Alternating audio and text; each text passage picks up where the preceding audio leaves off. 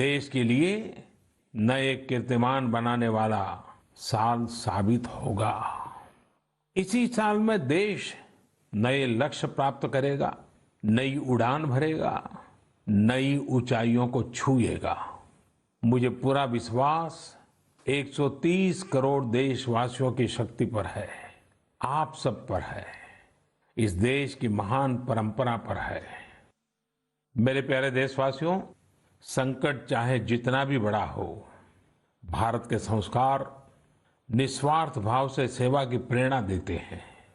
भारत ने जिस तरह मुश्किल समय में दुनिया की मदद की, उसने आज शांति और विकास में भारत की भूमिका को और मजबूत किया है। दुनिया ने इस दौरान भारत की विश्व बंधुत्व की भावना को भी महसूस किया है और इसके साथ ही दुनिया ने अपनी संप्रभुता और सीमाओं की रक्षा करने के लिए भारत की ताकत और भारत के कमिटमेंट को भी देखा है। लद्दाख में भारत की भूमि पर आंख उठाकर देखने वालों को करारा जवाब मिला है। भारत मित्रता निभाना जानता है तो आंख में आंख डालकर देखना और उचित जवाब देना भी जानता है। हमारे वीर सैनिकों ने दिखा दिया है कि वो कभी भी मां भारती के गौरव पर आंच नहीं आने देंगे।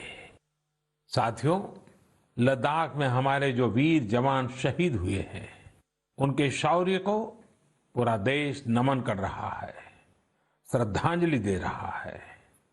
पूरा देश उनका कृतज्ञ है, उनके सामने नतमस्तक है। इन साथियों के परिवारों की तरह ही हर भारतीय इन्हें खोने का दर्द भी अनुभव कर रहा है।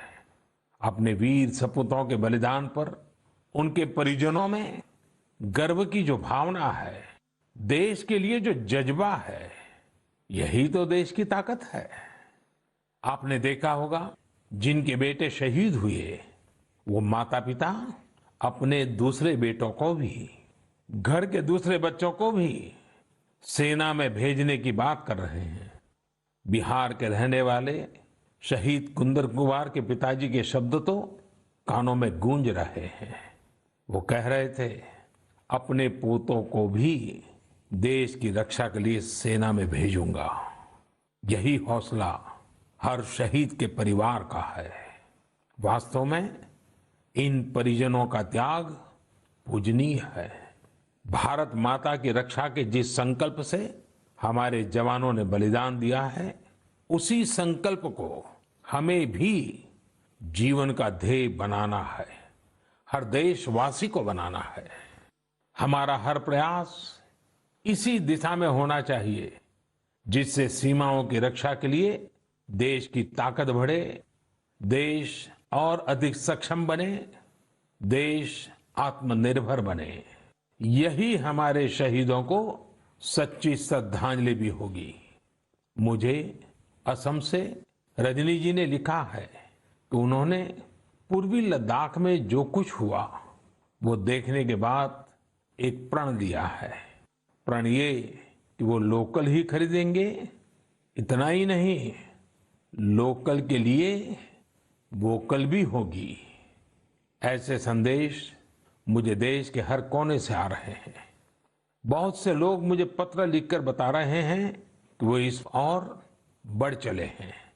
इसी तरह तमिलनाडु के मदुरई से मोहन रामामूर्ति जी ने लिखा है कि वो भारत को डिफेंस के क्षेत्र में आत्मनिर्भर बनते हुए देखना चाहते हैं। साथियों, आजादी के पहले हमारा देश डिफेंस सेक्टर में दुनिया के कई देशों से आगे था। हमारे यहाँ अनेकों ऑर्डिनेंस फैक्ट्रियां होती थी। उस समय कई देश जो हमसे बहुत पीछे थे, वो आज हमसे आगे हैं। आजादी के बाद डिफेंस सेक्टर में हमें जो प्रयास करने चाहिए थे, हमें अपने पुराने अनुभवों का जो लाभ उठाना चाहिए था, हम उसका लाभ नहीं उठा पाए। लेकिन आज डिफेंस सेक्टर में टेक्नोलॉजी के क्षेत्र में भारत आगे बढ़ने का निरंतर प्रयास कर रहा है। भारत आत्मनिर्भरता की तरफ कदम बढ़ा रहा है। साथियों, कोई भी मिशन पीपल्स पार्टिसिपेशन, जन भागीदारी के बिना पूरा नहीं हो सकता, सफल नहीं हो सकता। इसलिए आत्मनिर्भर भारत की दिशा में एक नागरिक के तौर पर हम सबका संकल्प, समर्पण और सहयोग बहुत जरूरी है, अनिवार्य है। आप लोकल खरीदेंगे, लोकल के लिए वोकल होंगे, तो समझिए आप देश को मजबूत करने में अपनी भूमिका निभा रहे हैं। ये भी एक तरह से देश की सेवा ही है। आप किसी भी प्रोफेशन में हो, हर एक जगह देश सेवा का बहुत स्कोप होता ही है। देश की आवश्यकता को समझते हुए जो भी कार्य करते हैं वो देश की सेवा ही होती है। आपकी यही सेवा देश को कहीं न कहीं मजबूत भी करती है। और हमें ये भी याद रखना है, हमारा देश जितना मजबूत होगा, दुनिया में शांति की संभावनाएं भी उतनी ही मजबूत होगी।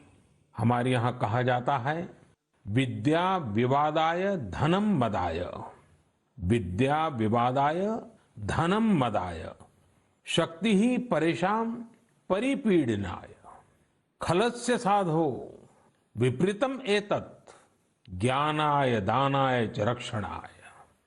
अर्थात अगर स्वभाव से दुष्ट है तो विद्या का प्रयोग व्यक्ति विवाद में, धन का प्रयोग घमंड में और ताकत का प्रयोग दूसरों को तकलीफ देने में करता है। लेकिन सज्जन की विद्या ज्ञान के लिए, धन मदद के लिए और ताकत रक्षा करने के लिए इस्तेमाल होती है। भारत ने अपनी ताकत हमेशा इसी भावना के साथ इस्तेमाल की है। भारत का संकल्प है भारत के स्वाभिमान और संप्रभुता की रक्षा। भारत का लक्ष्य है आत्मनिर्भर भारत। भारत की परंपरा है भरोसा, मित्रता। भारत का भाव है बंधुता। हम इन्हीं आदर्शों के साथ आगे बढ़ते रहेंगे। मेरे प्यारे देशवासियों, कोरोना के संकट काल में देश लॉकडाउन से बाहर निकल आया है। अब हम अनलॉक के दौर में हैं। अनलॉक के समय में दो बातों पर बहुत फोकस करना है, कोरोना को हराना और अर्थव्यवस्था को मजबूत बनाना, उसे ताकत देना। साथियों, लॉकडाउन से ज्यादा सतर्कता हमें अनलॉक के दौरान बरतनी है। आपकी सतर्कता ही आपको कोरोना से बचाएगी।